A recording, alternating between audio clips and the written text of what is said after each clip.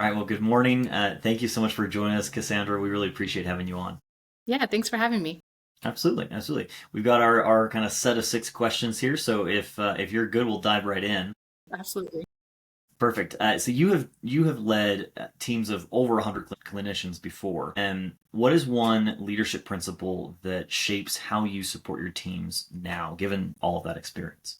Yeah, so one thing that I've learned a lot over the years, and I would say more recently, is active listening and practicing active listening. I think I'm a problem solver, so I'm very quick to, want to talk and talk and kind of throw out my ideas. And I've learned to take a step back and really listen to what my team has to say. And even if they're not quite sure what to say yet, asking really pointed questions to get them there. I think it's important for them to gain more confidence in themselves and to trust themselves. I can tell them all day that I trust them in their decisions, but that doesn't mean much if they're not trusting themselves. So asking questions that kind of lead them to come up with solutions on their own versus me just talking at them. Yeah, that makes complete sense. Well, plus, I mean, even beyond the answers being better often, that like the solutions they come up with are often better. Beyond Mhm. that, they have buy-in then, right? Because it's their idea, so they better Yep. make sure it works. Yes, exactly. Yeah, no, that makes complete sense. That makes complete sense. Your job is not an easy one. I find that almost everyone in behavioral health has some kind of a specific reason why they got into the industry. Would you mind kind of sharing your story a little bit?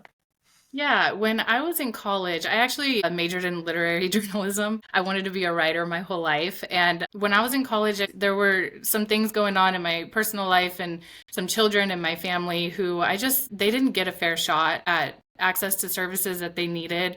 And appropriate education. And I just really wanted to help future generations and make sure that kids do, access the services and the educations that they deserve and that their right is to have. So I did add a minor in education during that time. And then I kind of fell into the field of ABA and was like, oh, this is exactly what I'm looking for. I wanted to help more vulnerable populations and yeah, it was just right place, right time after that. That's Yeah. awesome. I'll have to ask for some book recommendations after Yeah. if your experience was in that. Grace ABA was inspired by a deeply personal story. How does that kind of origin influence you, the way that you serve and the way that you run your practice?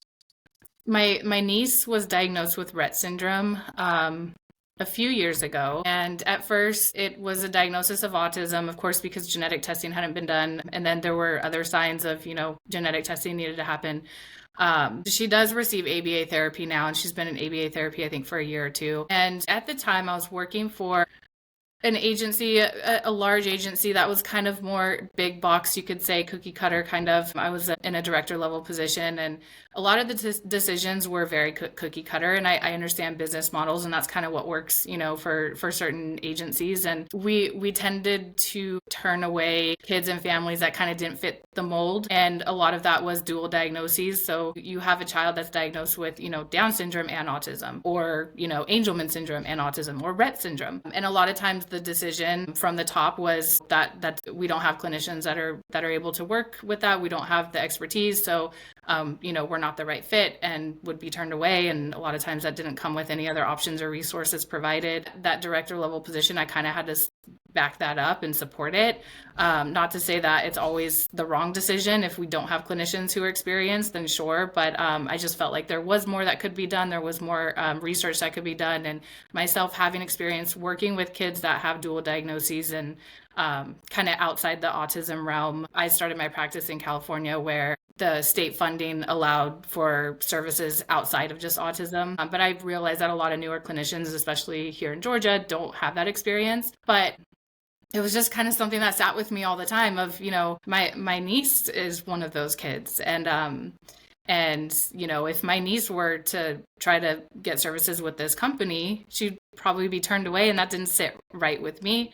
And it's something that I carried with me to other positions. And, Grace ABA was something that I kind of always had in the back of my mind. And I finally found myself in a position where I was ready to execute it. And now we do have a mission to serve kids who are turned away typically by those agencies that have those types of models. The families who can't do the 30 to 40-hour a week model, the families who live in locations where it's harder to service, and especially those that have harder, not harder, but more complex behavior concerns that maybe a lot of people just are saying, yeah, I don't know how to do that, go somewhere else. Those are the families that we are hoping to service. And so far, we've been able to accomplish that mission.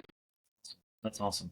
That makes complete sense too. That where large organizations can't serve the highly unique cases, Yeah. there's a good space for a smaller agency like yourself to step in and really serve Yes, those families. definitely. Absolutely, that's awesome. So what have you found is the hardest part of growing your team so far? I know it's early days still, but what are the big roadblocks you've run into already? I would say staffing. I don't think that's new for most people. There's just not enough providers to go around. There hasn't been, and I don't know that there ever will be, hopefully one day. But staffing, I've been pretty lucky so far, just finding the right fit. And I think a lot of that kind of goes hand in hand with training and having the right training program. So I would say that's been my biggest hurdle so far. Training and staffing are always the hardest things, Yeah. especially, I mean, in all of behavioral health, but especially in the ABA space. There's Hmm. just not near enough people to do the work that's needed. Yeah. So you're in a pretty competitive space. How does your team go about gaining new clients? What's working best for you right now? Yeah, it is a competitive space, but I've never really looked at it as competitive in the sense of clients. I haven't had any issue with clients. It's been pretty organic and word of mouth. That hasn't been a problem, and I don't think it is for most agencies, to be honest. I think the biggest competition that we see is more on the staffing end, like what we just talked about. That gets pretty fierce. You don't have enough BCBAs, you don't have enough RBTs, you can't serve the families that are coming to you. So I think it starts there. In terms of clients, I've been able to gain a lot of families. Honestly, a lot of the things that I plan on doing, reaching out to pediatricians and things like that, I haven't even gotten to yet, just because I've had an influx already, and I think most agencies, if they're doing things right, that they're going to see that. But in terms of staffing, my biggest strategy is just being very transparent, because I see that missing in other positions that I've been in, and just watching how recruiting handled things, and just knowing what especially RBTs go through when they're in that recruiting stage. A lot of times it's a lot of promises that the company just can't deliver on 100% of the time, most of the time 50% of the time. So I'm very transparent in interviews and job postings, and just when I'm speaking with other clinicians, and making sure that they understand the disadvantages too if they're to join the team. We have a lot of really great things going for us too, but I always say, you're not going to start out at 40 hours a week, and that's contrary to a lot of companies who say, oh yeah, full time, and then they join and they're like, this isn't full time. And a lot of RBTs that I come in contact with now, they're used to that, and so me being so transparent with them, a lot of them are really appreciative and like, yeah, what you see is what you get. And I think they haven't had that in the past too much. So that's just my biggest strategy, is just staying genuine and transparent. And if it doesn't work for somebody, then I don't want to go through the time of having them get into something that they don't really want. Absolutely. Well, and that transparency goes both ways, right? I mean, Yep. being transparent with potential employees is the best way to go by far, because they're going to see the reality eventually, right? Whether Yep. they see it now or they see it day one, they're going Yeah. to see it, and they're going to be disengaged if you lied to them. But I think that transparency, what I think a lot of people miss, is that transparency to clients also really, really Yep. matters. Because they all know the reality, right? The reality is there's turnover, and they might get a different clinician every couple of months because there's issues and whatever. Companies that lie and say, "Oh no, we're perfect. We don't have any of these problems," don't seem real, right? That like the Yeah. And disconnect it's between gonna reality is an happen. automatic. They don't Yeah, know this what they is say. the field that we're in. And one of the things that we see a lot now too is, especially large agencies, they say we have no wait list. That's their catchphrase. We have no Yep. wait list. We have no wait list. And sure, if you're doing in home and you don't have, it's not treatment space filled up. It's you kind of have unlimited treatment space if you're doing in home services. But if you don't have enough BCBAs for the clients you have now, when you Then you have a do new have a client wait coming list. on, that's a wait list. If it's going to take 3 months to staff, that's a wait list. Yeah. So that's very misleading. A lot of families say, oh, great. Or doctors too. Oh, great. No wait list. Yep. And then the family's frustrated when it's been 6 months and they haven't gotten a phone call yet. Absolutely. Well, especially in services like ABA, where Yeah. timing is everything, right? Yeah. In that child's development. If you miss if you're waiting 6 months, you might have missed the best opportunity to intercept and help Yep.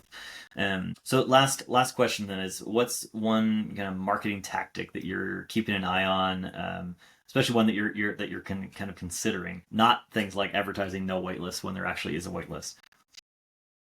So I think I mentioned this earlier, but one thing I do plan on doing is just building relationships with pediatricians and doctors' offices in the area. That's something that I actually plan on doing right away. But because I do have a pretty full caseload now for myself, I don't want an influx of families being referred just to tell them, sorry, we don't have space. So Yeah. I've kind of held off on that a little bit, but that is something that I'll be looking to do in the future once I bring on another BCBA, second or third BCBA, and we have the ability to service everybody who comes through. So far, in terms of marketing, I do live in an area where there aren't a lot of resources and options. We have one clinic that they have a cutoff at age 6, and that's it. There's a couple of large agencies doing in-home, but they're not focused on this area. So most of my families have come from waiting a year to 2 years on those wait lists. So I've been pretty lucky in the sense that word of mouth and just a quick Facebook post on a local group page has set us up pretty good. So That's awesome. I want to do what I can for everybody in need, and hopefully we can grow and be able to service everyone. But I want to make sure we're doing it right and that we're not just Yeah. taking on a bunch of kids and then not being able to service them right away. Or expanding so fast that your quality drops, right? Because that's Exactly. always a big concern, or Yeah. it should be a big concern for every ABA group, I think, that is Exactly. scaling, that is growing.